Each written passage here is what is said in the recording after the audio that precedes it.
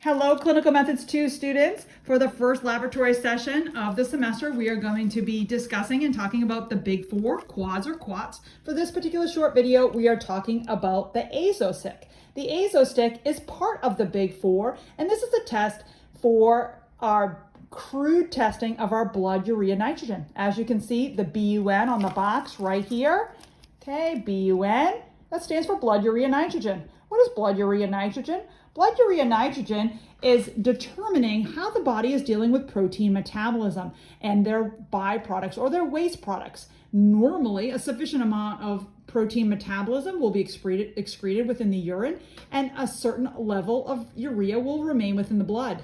When that urea becomes too high or becomes excessive, we have excessive amounts of urea contained within the blood. And that typically happens when we have insufficient kidney function. When the kidneys begin to deteriorate, or if they're not functioning well, that byproduct of protein metabolism will spill into the blood and will have a higher amount, indicating that something is potentially going on with the kidneys. Unfortunately, this is a very crude test. This is not to take the place of our BUN or blood urea nitrogen value that is contained on the chemistry panel. This is something that will be done on our hospitalized patients, particularly ones that are in our ICU, and this will be typically run as part of the big four, quads or quats, and will be performed daily or on our patients coming in that are having surgery, our spays, our neuters, our dentals, and they've already previously had their chemistry panel and their CBC done, but the day that they show up, they'll have a full physical exam and they'll have basic blood work to make sure that everything is continuing to function as normally before they will be put under anesthesia. Again, this is just our crude test helping us to determine that the patient's kidney function. Now, things that can interfere with this test. We can have patients that are dehydrated and can have an elevated urea amount within the blood due to dehydration. Remember, that water goes away, concentrates what's in the blood, causing the urea to appear elevated when in fact the patient is dehydrated. When that patient's hydration status is restored, that blood urea nitrogen level will go down. So we have to be aware of that dehydration can cause elevated BUN values as well as insufficient kidney function, or what we call as kidney disease or kidney insufficiency. Now, values that can cause a decreased BUN usually is due to decreased protein intake, where they have a poor diet, they're malnutrition, they're undergoing starvation, or can be due to insufficient hepatic function, or their liver is having problems. So we just have to keep that in mind. What causes an increase, what causes a decrease, and what this test is used for. Now, the other thing I focus on this semester is quality control. How do I know that the values I'm getting from this test are accurate? How can I know that I can use these results to really paint the picture of what is going on with my patient? Now, when I take my bottle, this one here, this is just for teaching purposes, this is expired. Now, when we're using it on our patient, we're gonna need to make sure that we check expiration dates. So here on the bottle, you wanna turn it to the side and you wanna look at the expiration date. You can see that this one here, March 31st, 2024. This is expired. Okay, here we have one, October 31st, 2025. Well, today is August 21st, 2025. So I am okay to use this test. That's quality control number one, checking the expiration date. The other quality control is I make sure that I have a stopwatch, because if this test is not performed exactly according to the directions, we're not gonna get accurate results. So we need to do everything that our manufacturer recommends. So I need to keep this bottle in a cool, dry place. I need to keep it away from direct sunlight, and I need to make sure that it is not expired. Now, when I take one strip out, so don't leave this cap off. You're just gonna take one strip out. You're gonna make sure, because we are using blood, we're gonna make sure we have gloves on. We're gonna take one strip out, Okay, here's my one strip. Take a look at that little rectangle that's there. You see that yellowish green little rectangle? That's an impregnated strip. I'm gonna put my drop of whole blood onto that little strip. This strip contains urease. We know what urease is, that enzyme that cleaves urea. It also contains bromothiol blue. The urease is there to cleave the amount of urea that is detected in the blood to be able to give us a color change with the bromothiol blue for our color indicator to tell us how much urea is there. Remember that this is a crude test. What I'm gonna do, I'm gonna put this right down on my little mat here. I have my blood sample. Look at that, I have a green top tube, I have a purple top tube. So my lavender top tube and my green top tube. I know in clinical methods 2, my green top tube contains heparinized blood. My purple top tube contains EDTA, anticoagulated blood. So I should not have clots in those tubes ever.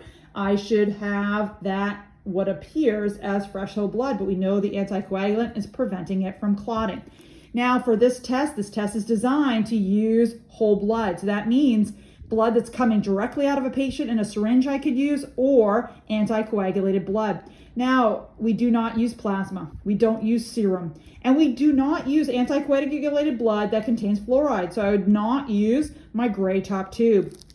So in order to run this test, I can choose either or. I'm gonna choose my purple top tube. I'm gonna take one drop from my tube and I'm gonna put it directly onto the test pad. I'm gonna try to give a little bit of a bigger drop to cover that entire test pad. I'm going to time on my phone here exactly 60 seconds. If it's longer than 60 seconds, I'm not gonna have accurate results. And then after the 60 seconds, I'm going to immediately wash that blood out with a steady stream of water into my waste container. And within about 1 to 2 seconds, I'm going to read my results with the color metric scale on the bottle.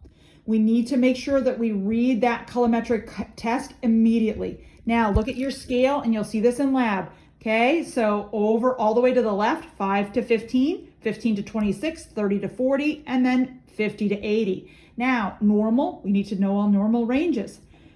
Okay, so our 5 to 26 milligrams per deciliter is considered normal. When we get up to that darker range, the darker the color, the higher the value for this, indicating either my patient is dehydrated or my patient has kidney insufficiency or kidney disease. Something is going on. I can't distinguish the two. I only can say with that elevated result. It is just important that you have to, in lab, I want you to look at, in the bright light, I want you to look at those difference in colors.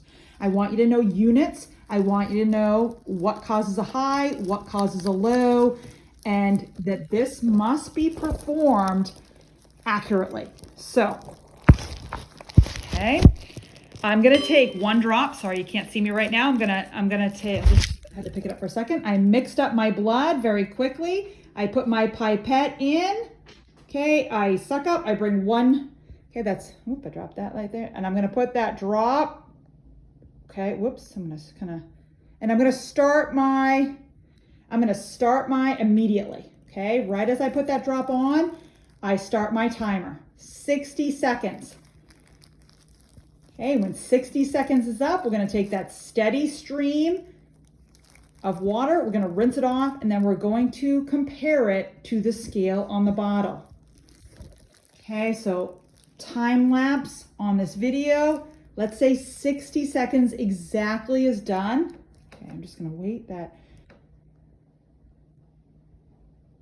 Okay, it's important to keep it it's important to keep your test pad flat. You ideally want to cover your drop over the entire test pad so the reaction can happen. Okay, so highs, lows. High, kidney insufficiency. Low, hepatic disease, starvation, malnutrition, milligrams per deciliter for your units. And then what are my quality controls? We got to know all of them. Okay, so I'm going to wash this off, 60 seconds. Okay, so I bring that right over to my waist. Let's see if I can hold this in a video right here. Okay, oops, it's getting blurry. Okay, can tell I'm not. Okay, I'm gonna rinse that off with a steady stream and then very quickly, okay, bring that right over to my colorimetric test. my testing window and I match it up. I match that green up. Boom. Chelsea is 5 to 15. I match it up. Okay, you can see that that's too dark, and too dark. Bring that right over 5 to 15. And if I have any delay in that reading, the color can fade and then it can have false decreases on your testing pad. Okay, thank you so much. I'll see you in lab. Bye-bye.